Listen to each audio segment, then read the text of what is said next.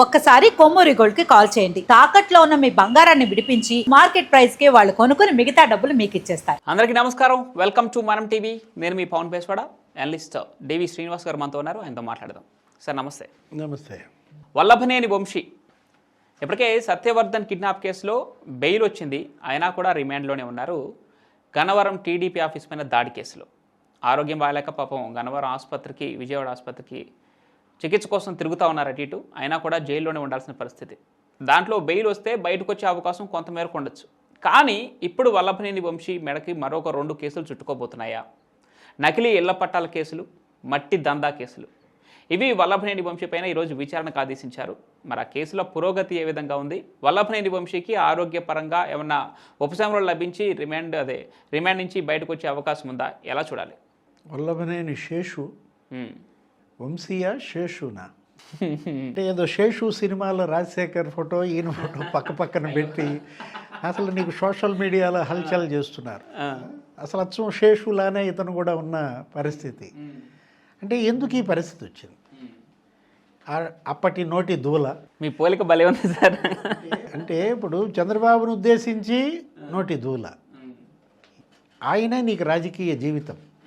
అతనిచ్చిన బీఫామ్తో నువ్వు గెలిచావు ఎంపీగా, ఎమ్మెల్యేగా. ఇప్పుడు ఇవాళ వల్లభనేని వంశీ అలాంటి చంద్రబాబుని ముసలాడని, లేకపోతే వాడని, వీడని ఏకవచనంతో కనీసం వయసుకు కూడా గౌరవం ఇవ్వకుండా 14 ఏళ్ళు మరి ముఖ్యమంత్రిగా చేసినాడిని. అంటే ఎంత కక్ష, ఎందుకంత పగ ఆ పార్టీ పైన, ఆ నాయకుల పైన. ఇప్పుడు చాలామంది పార్టీ మారుతుంటారు, మారినంత మాత్రాన ఆ పాత పార్టీని ఉద్దేశించి ఈ విధంగా కక్ష కడతారా? లోకేష్ను ఉద్దేశించి ఎన్ని మాటలు మాట్లాడాడు.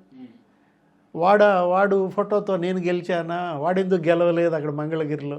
ఇప్పుడు మంగళగిరిలో అతను 90,000తో గెలిచాడు, నువ్వు.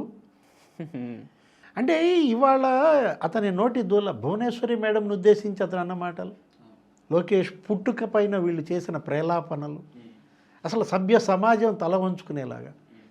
ఎన్టీఆర్ కూతుళ్ళు అంటే ఇవాళ ఎన్టీఆర్ పట్ల ఎంత గౌరవం ఉంటుందో ఆయన బిడ్డల పట్ల అంత గౌరవం ప్రతి తెలుగాడిలో ఉంటుంది. అలాంటి ఆ మేడం భువనేశ్వరి, పురంధేశ్వరి వాళ్ళను ఉద్దేశించి ఇతను పేలిన ప్రేలాపనలు. ఈ పరిస్థితి ఎందుకు వచ్చిందంటే అదే కారణం అన్నమాట. ఏది 90 రోజులుగా జైల్లో ఉన్నాడు కాదన్నాం. ఇవాళ దగ్గుతున్నాడు, నడవలేక నడుస్తున్నాడు.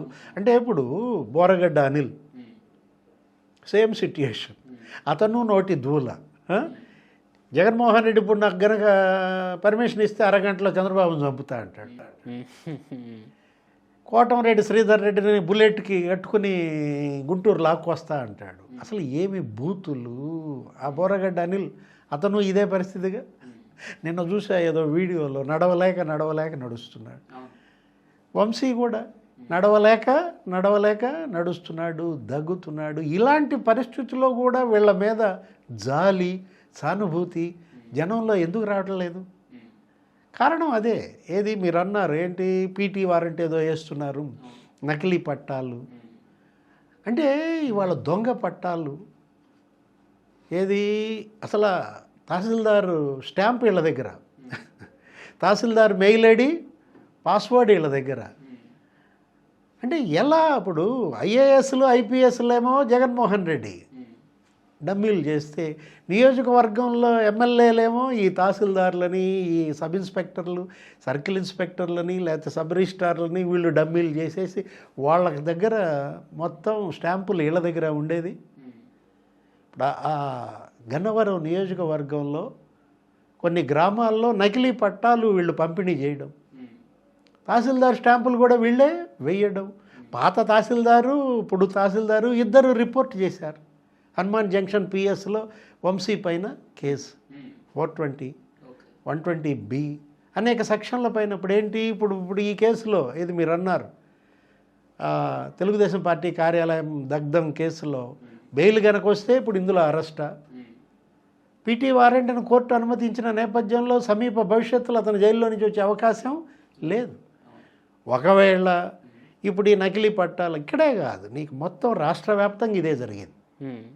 ఆ రోజు 151 మంది వైసీపీ ఎమ్మెల్యేలు అరే ఎవరికి వాళ్ళేంటి జగన్మోహన్ రెడ్డి ఫోటోతో వీళ్ళే పట్టా తయారు చేసి డూప్లికేట్స్ వీళ్ళే అక్కడ పంపిణీ చేసేసి మళ్ళా మేము వచ్చేది మా గవర్నమెంటే, మళ్ళీ జగనే సీఎం అవుతాడు కాబట్టి అప్పుడు ఇవి మీకు ఒరిజినల్స్ ఇద్దామని వీళ్ళే డూప్లికేట్లు పంపిణీ చేసి ఓట్లు ఎంచుకోవటం.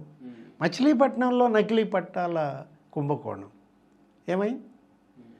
ఇప్పుడు గన్నవరంలో మీరన్న ఈ నకిలీ ఇళ్ల స్థలాల పట్టాల కుంభకోణంలో ఇతని పైన కేసు పెట్టారు. మరి మచిలీపట్నం నకిలీ ఇళ్ల పట్టాల కుంభకోణంలో మరి పేరు నాని మీద కేసు పెట్టరా ఈ ప్రభుత్వం? అసలు నకిలీ ఇళ్ల పట్టాలేంటి, నకిలీ పాస్ పుస్తకాలేంటి, నకిలీ డాక్యుమెంట్స్ తయారీ ఎక్కడ? ఒంగోలులో అది 200 కోట్ల కుంభకోణం, ల్యాండ్ మాఫియా. 75 మంది అరెస్ట్ అయ్యారు ఆ కేసులో. అంటే వీళ్ళే స్టాంప్ పేపర్లు నకిలీ తయారు చేయటం. అసలు చివరికి ఎంతకు తెగించారంటే నీకు నకిలీ ఓటర్ ఐడి కార్డులు గుర్తుందా? తిరుపతిలో నకిలీ ఓటర్ ఐడి కార్డులు 35,000 బోగస్ కార్డులు. ఆ గురుమూర్తి ఆ బై ఎలక్షన్లో అప్పటి కలెక్టరే సస్పెండ్ అయ్యాడు. అంటే గుంటూరు ఒంగోలులో ప్రింట్ మిషన్లు ఎక్కువ ఉంటాయి అంటారు. మేబీ అంటే తెలుగుదేశం పార్టీకి కానీ కూటమి ప్రభుత్వానికి కానీ దాన్ని వాడుకోవటం సక్రమంగా తెలియట్లేదు అంటారా? వైసీపీ ప్రభుత్వానికి బాగా తెలిసిందంటారా ఒంగోలు గుంటూరులలో ఈ అచ్చు యంత్రాలను ఎలా ఉపయోగించుకోవాలో? ఏం జరిగింది ఫలితం? జైలుకా? ఇప్పుడు వాళ్ళు అది వాడుకోలేదు కాబట్టి వాళ్ళు బయట ఉన్నారు. ఇవన్నీ వాడుకుని ఇలాంటివి చేశారు కాబట్టి వీళ్ళు జైలుకి వెళ్ళారా? అంటే వీళ్ళు అసలు ఇక నకిలీ దేనికి తయారు చేయలేదు? నకిలీ కరెన్సీ, నకిలీ ఓటర్ ఐడి, నకిలీ పాస్ పుస్తకాలు, నకిలీ ఇవి ఏది ఇళ్ల పట్టాలు. అసలు దొంగల రాజ్యంగా దొంగల పాలన జరిగింది. ఇప్పుడు ఇవాళ ఇదొకటే కేసు కాదు కదా, ఇప్పుడు ఏదో మైనింగ్ కేసు ఒకటి వచ్చింది వంశీ మీద, మరొకటి మట్టి మాఫియా. ఆ గన్నవరం అక్కడ బాపులపాడు మండలం లేకపోతే విజయవాడ రూరల్ మొత్తం అసలు మట్టి 210 కోట్ల రూపాయల మట్టి వీళ్ళు అక్రమంగా తరలించారు. అటు గ్రావెల్ అటు మట్టి. ఇప్పుడు నేను చెప్పిన 3 మండలాల్లో నీకు దగ్గర దగ్గర 24 లక్షల క్యూబిక్ మీటర్లు, స్టోన్ 6 లక్షల క్యూబిక్ మీటర్లు. అసలు వీళ్ళే టిప్పర్లు కొనేశారు, 100 టిప్పర్లు. అక్కడ గుడివాడలో కొడాలి నాని మట్టి మాఫియా, ఇక్కడ గన్నవరంలో వంశీ మట్టి మాఫియా. అతను ఒక 100 టిప్పర్లు కొని వదిలాడు, ఇతను ఒక 100 టిప్పర్లు కొని వదిలాడు. అసలు వీళ్ళకేం పర్మిట్లు?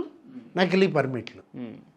మనమేమో ఇందాక నకిలీ ఇళ్ల పట్టాల గురించి మాట్లాడుకుంటున్నాం. ఇప్పుడు ఈ నకిలీ పర్మిట్లు, మైనింగ్ అప్పుడు పోలార్ బేర్ వెంకటరెడ్డిని డమ్మీ చేసేసి అసలు మొత్తం ఖనిజ సంపద లూటి, ఇసుక మట్టి ఏది వదిలిపెట్టారు?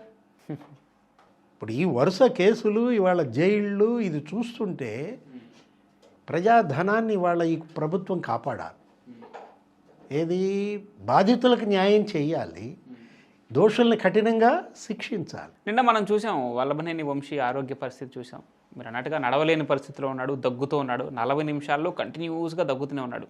ఆ మీడియా ఫుటేజ్ ఏదైతే ఉందో దాంట్లో 10 సెకండ్లకు ఒకసారి దగ్గుతూనే ఉన్నాడు ఆ మనిషి. మరి కోర్టు తన అనారోగ్యాన్ని ఆమెను దృష్టిలో పెట్టుకొని బెయిల్ మంజూరు చేసే అవకాశం ఏమైనా ఉంటుందా? కొంత ఆయన కనికరం చూపించే అవకాశం ఉంటుంది అనుకోవచ్చు. అంటే ఒక కేసులో బెయిల్ ఇస్తుంది, మరి తర్వాత కేసుల సంగతి?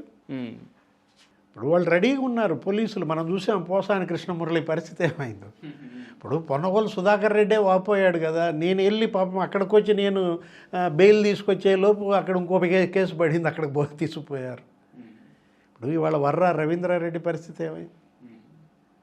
అతను కడప జైల్లో ఉన్నాడు, నేను రానంటున్నాడు. అంటే జగ్గైపేటలో కేసు మెడకేదో పట్టి వేసుకున్నాడు, నా మెడ నొప్పి నేను రానంటే పర్లేదు మెడకి పట్టి వేసి తీసుకెళ్తామని తీసుకెళ్ళిన పరిస్థితి. వీళ్ళకి అంటే ఏ కేసులో మాకు బెయిల్ వస్తుంది, మీ ఏ కేసులో మళ్ళీ రిమాండ్లో ఉండాల్సి వస్తుంది తెలుసుకోలేని పరిస్థితిలో ఉన్నారేమో పాపం లోపల ఉన్న వాళ్ళు.